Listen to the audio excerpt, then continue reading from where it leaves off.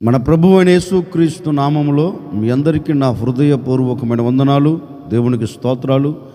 ఈ దినమంతా నా ప్రభు మీకు తోడై ఉండి మిమ్మల్ని ఆశీర్వదించి మీ ఆత్మీయ స్థితిలో మిమ్మల్ని అభివృద్ధిపరచి ప్రభు రాకడకు మిమ్మల్ని అందరినీ సిద్ధపరచునుగాక.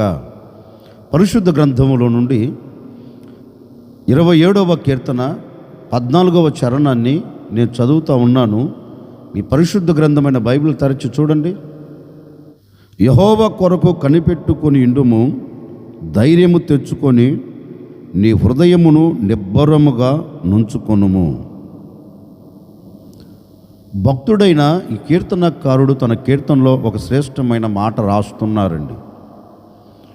అతని జీవితంలో జరిగిన అనుభవాలన్నిటినీ, అతడు ఎదుర్కొనిన సమస్యలన్నిటినీ, అతనికి కలుగుతున్న ఆపదలన్నిటినీ తలంచి ఈ మాటలు వింటున్న మనకు ఒక ధైర్యము కలుగునట్లుగా, ఈ మాటలు వింటున్న మనము ధైర్యపరచబడి ఎక్కడ కృంగిపోకుండా, ఎక్కడ అధైర్యపరచబడకుండా మనం దేవుని కొరకు ఎదురు చూడాలి, దేవుని మీద మన మనసు నిలుపుకోవాలని ఈ భక్తుడు తన జీవితంలో జరిగిన సంభవాలన్నిటినీ, అతడు ఎదుర్కొనిన పరిస్థితులన్నిటినీ ఈ కీర్తనల గ్రంథంలో రాస్తూ మనతో చెప్తున్నారండి.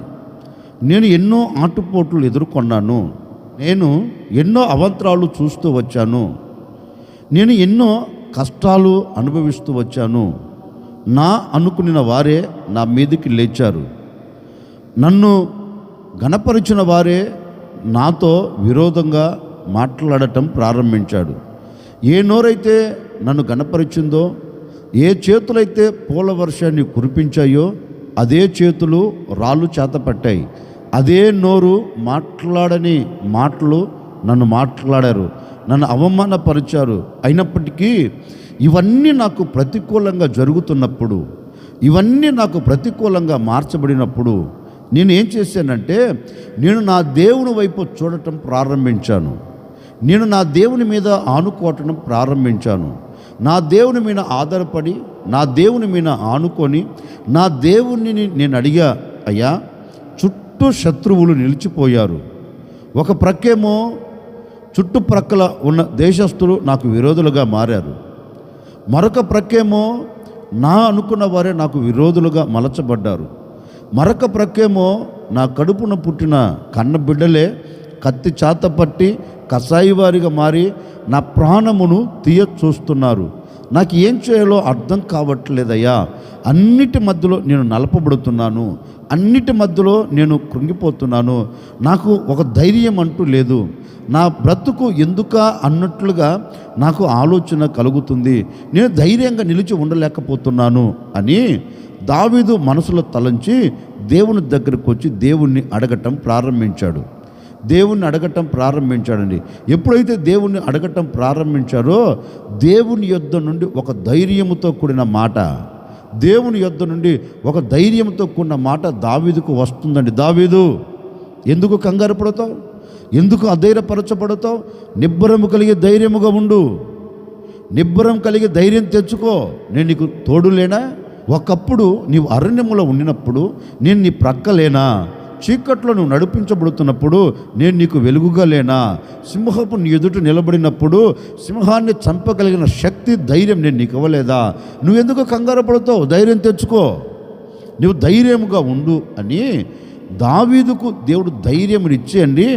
అన్నిటి మీద జయమును చూచేటట్లుగా, అన్నిటి మీద జయమును చూచి ఆనందకరంగా సాగి వెళ్ళినట్లుగా దావీదు పట్ల అద్భుతం చేశాడు. దావీదు జీవితం కూడా ఒక చిన్న సంఘటన జరిగిందండి. శత్రువులందరూ వచ్చి దావీదు లేడు అన్న సంగతిని విని దావీదు నివసిస్తున్న పట్టణం మీద ఒక్కసారి పడి పట్టణాన్ని మొత్తం కాల్చి పడవేసి ఆ పట్టణంలో ఉన్న ప్రతి వారిని తీసుకుని వెళ్ళారండి. ఆస్తులన్నీ తీసుకుని వెళ్ళారు. దావీదుతో కూడిన వారు వచ్చి చూస్తే పట్టణం మొత్తం కాల్చబడుతుంది. అప్పుడు దావీదును వెంబడిస్తున్న వారందరూ రాళ్ళు చేతపట్టారు.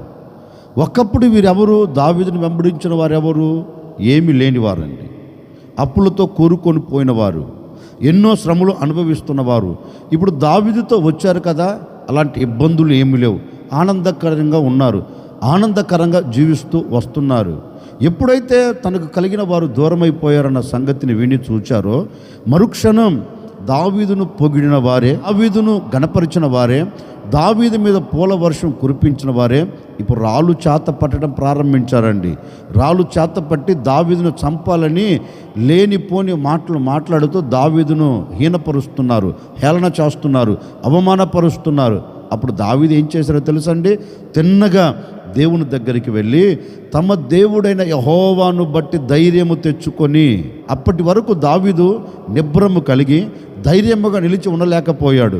ఎప్పుడైతే దేవుని పాదాల చెంతకు చేరారో, వాక్యం అంటుంది, తమ దేవుడైన యెహోవాను బట్టి దావీదు ధైర్యము తెచ్చుకొని దావీదు దేవుని సన్నిధిలోనికి వెళ్ళి ప్రార్థన చేయడం ప్రారంభించాడు. మరి నేను పోగొట్టుకున్నవన్నీ మరలా నాకు దొరుకుతుందా? నేను వెళితే సంపాదించుకోగలనా అని దావీదు దేవుని సన్నిధిలోనికి వెళ్ళి ధైర్యం తెచ్చుకొని దేవుణ్ణి అడుగుతున్నాడు.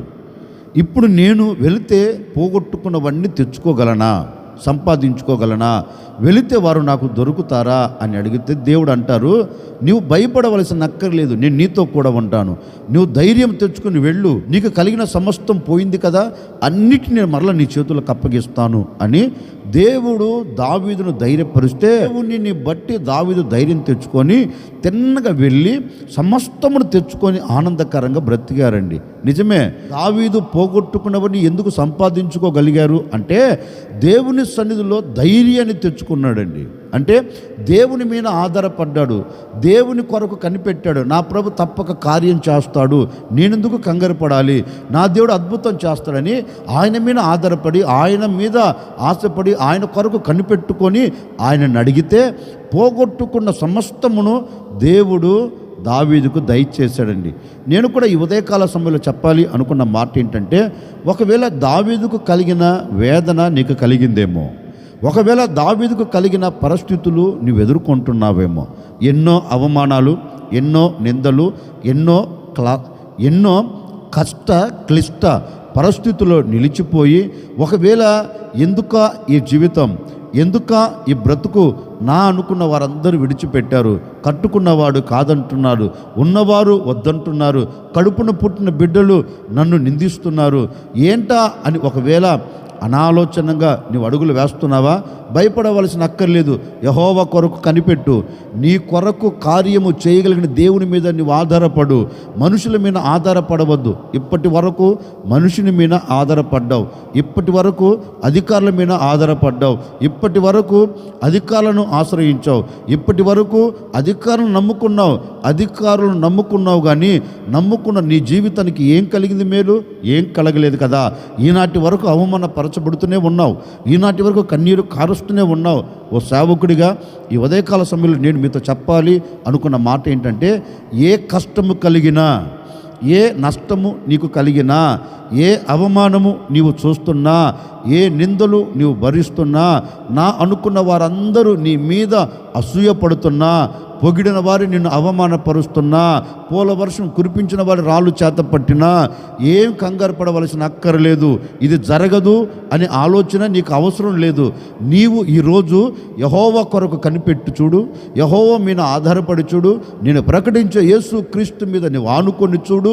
నిశ్చయముగా నీవు ఆయన మీద ఆధారపడుతున్నావు గనుక, నీవు ఆయనను నమ్ముకున్నావు గనుక, నీవు ఆయనను నమ్ముకొని ఆయన ఆశ్రయించి కార్యము చేయాలి అని ఆయన పాదాలు పట్టుకున్నావు గనుక, నిశ్చయముగా ఇప్పటి వరకు ధైర్యం లేని నీ బ్రతుకునకు, ఇప్పటి వరకు ధైర్యము చెడిపోయిన నీ జీవితమునకు నా దేవుడు ధైర్యమును కలగ చేయబోతూ ఉన్నాడు. నిజమే కదండి. పరిస్థితులని విభిన్నంగా మలచబడితే, పరిస్థితులని విభిన్నంగా మార్చబడితే మనకు ధైర్యం కోల్పోతాం. మనం ధైర్యాన్ని కోల్పోయి అట్లాగా కుప్పగా కోల్చబడుతాం. ఇంకేంటిలే, ఇంకేమి చూస్తాను, ఇంకేమి జరుగుతుంది అనే అధైర్యం కలుగుతుందండి. అధైర్యపడవలసిన అక్కర్లేదు. తమ దేవుడైన యెహోవాను బట్టి దావీదు ధైర్యం తెచ్చుకునేటట్లుగా నీవు నీ దేవుడైన యెహోవాను బట్టి నువ్వు ధైర్యం తెచ్చుకోగలిగితే, పోగొట్టుకున్న ప్రతిదీ నా ప్రభుని చేతులకు అప్పగించబోతూ ఉన్నాడు. పోగొట్టుకున్న ప్రతిదీ మరలా నా దేవుడు నీ కుటుంబంలో నిలబెట్టబోతూ ఉన్నాడు. ఏది నీకు దూరమైందో, ఏది నీవు కోల్పోయావో, ఏది శత్రువు దోచి వేసుకున్నారో ప్రతిదీ కూడా నా దేవుడు నీ చేతులకు అప్పగించబోతూ ఉన్నాడు. నువ్వు పోగొట్టుకున్న ప్రతిదీ నీవు అనుభవించేట్లుగా దేవుడు కార్యం జరిగించబోతూ ఉన్నాడు. ఆత్మీయతను పోగొట్టుకున్నావా? తప్పక మరలా రెట్టింపైన ఆత్మీయ స్థితిని ఆ దేవుడు నీకు కలుగ చేయబోతూ ఉన్నాడు. ఒకవేళ నీ కుటుంబంలో పరిస్థితులు విభిన్నంగా మలచబడి నీ కుటుంబం చల్లా చెదురైపోయి సమాధానాన్ని కోల్పోయావా? మరలా నీ కుటుంబాన్ని ప్రభు కట్టి సమాధానమును కలగ చేయబోతూ ఉన్నాడు. ఎవరి ద్వారా నీకు సహాయం కలగకపోవచ్చు, ఎవరి ద్వారా నీకు ఆదరణ కలగకపోవచ్చు, ఎవరి ద్వారా నీకు ధైర్యం కలగకపోవచ్చు. నేను ప్రకటించే యేసు నీకు ధైర్యమును కలగ చేయబోతూ ఉన్నాడు. అందుకే లేఖనము చెప్పకనే చెప్తుంది, నేనే నేను ధైర్యపరచబోతూ ఉన్నాను. భయపడకుడి, నేనే ధైర్యము తెచ్చుకో అని మాట ఇస్తున్నాడు. నా ప్రభు ఈ ఉదయకాల సమయంలో మాట ఇస్తున్నాడు, నేనే నీ పక్షమున ఉండబోతున్నాను. నీకు కలుగుతున్న అలజడలను చూచి నువ్వు అధైర్యపడవద్దు, నీకు కలుగుతున్న ఆటంకాలను చూచి అధైర్యపడవద్దు. నిశ్చయముగా నా ప్రభువు అయిన యేసుక్రీస్తు ఈ దినమున నీకు ధైర్యముని ఇచ్చి పోగొట్టుకున్నవన్నీ నీ చేతులకు అప్పగించబోతున్నాడు.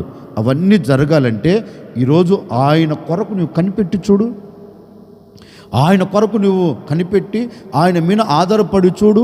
ఈ దినం నా ప్రభు సమస్తము నీ చేతికి అప్పగించబోతూ ఉన్నాడు, సమస్తమును సమకూర్చి నీ చేతుల్లో పెట్టబోతూ ఉన్నాడు. అందుకే కీర్తనకారుడు అంటారు, నేను యెహోవా కొరకు కనిపెట్టి ఉన్నాను, నేను ఎక్కడ కూడా నా హృదయము అలజడి చెందకుండా, ఎక్కడ కూడా నా హృదయానికి అధైర్యం కలగకుండా నా దేవుని వైపు చూసి నేను ధైర్యం తెచ్చుకున్నాను కనుకనే పోయినవన్నీ నేను సంపాదించుకోగలిగాను, ఆటంకాలన్నిటి మీద నేను జయమును చూడగలిగాను అంటాడు దావీదు. అదేవిధంగా నా ప్రభు ఈ దినము నుండి పోయినవన్నీ మీరు సంపాదించుకునేటట్లుగా నా దేవుడు మీకు ధైర్యమును కలగ చేయబోతూ ఉన్నాడు. నిబ్బరము కలిగి నా దేవుని కొరకు ఎదురు చూడు, ధైర్యముతో నా దేవుని పాదాలు పట్టుకొని చూడు. ఆయన కొరకు ఎదురు చూచిన వారు సిగ్గుపడినట్లుగా, ఆయన మీద ఆధారపడిన వారు అవమానపరచబడినట్లుగా, ఆయనను నమ్ముకున్న వారి జీవితంలో ఏ క్రియ జరగకుండా ఉండినట్లుగా చరిత్ర లేదండి.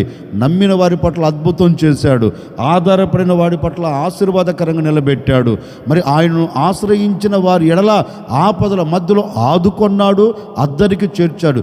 మీ కుటుంబాలను కూడా నా ప్రభు ఆపదల మధ్యలో నుంచి మిమ్మల్ని ఆదుకొని ఆటంకాలను తీసివేసి మీ కుటుంబాలన్నిటిని అద్దరికి చేర్చునుగాక. అద్దరికి చేర్చున్నట్లుగా నా దేవుడు మీకు ధైర్యమును కలగ చేయబోతూ ఉన్నాడు.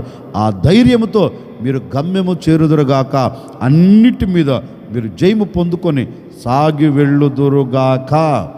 ఆశ్చర్యకరుడా మీకు స్తోత్రాలు చెల్లిస్తూ ఉన్నాము తండ్రి. మీ లేఖనంలో రాయబడినట్లుగా నిబ్బరము కలిగి ధైర్యముగా ఉండు అని మీ లేఖనాలు సెలవిచ్చినట్లుగా మిమ్మల్ని బట్టి మేము నీ వైపు చూస్తూ నిబ్బరము కలిగి ధైర్యముగా అడుగులు వేయబోతూ ఉన్నాం. మా అడుగులలో జయాన్ని కలగ చేయండి. మేము వెళుతున్న మార్గంలో జయమును చూడాలి తండ్రి.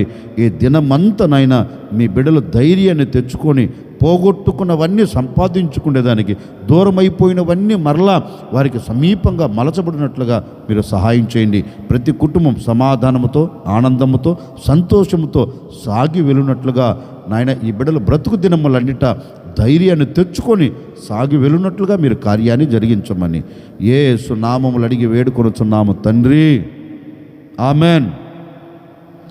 ఈ దినమంతా నా ప్రభు మీకు తోడై ఉండి మీ హృదయమునకు కలవరము కలగకుండా పరిస్థితులన్నిటిని అణచివేసి మీ హృదయమునకు నా దేవుడు ధైర్యాన్ని కలుగచేసి మీరు పోగొట్టుకున్న ప్రతిదీ మరల నా దేవుడు ఈ దినం మీ చేతులకు అప్పగించునుగాక.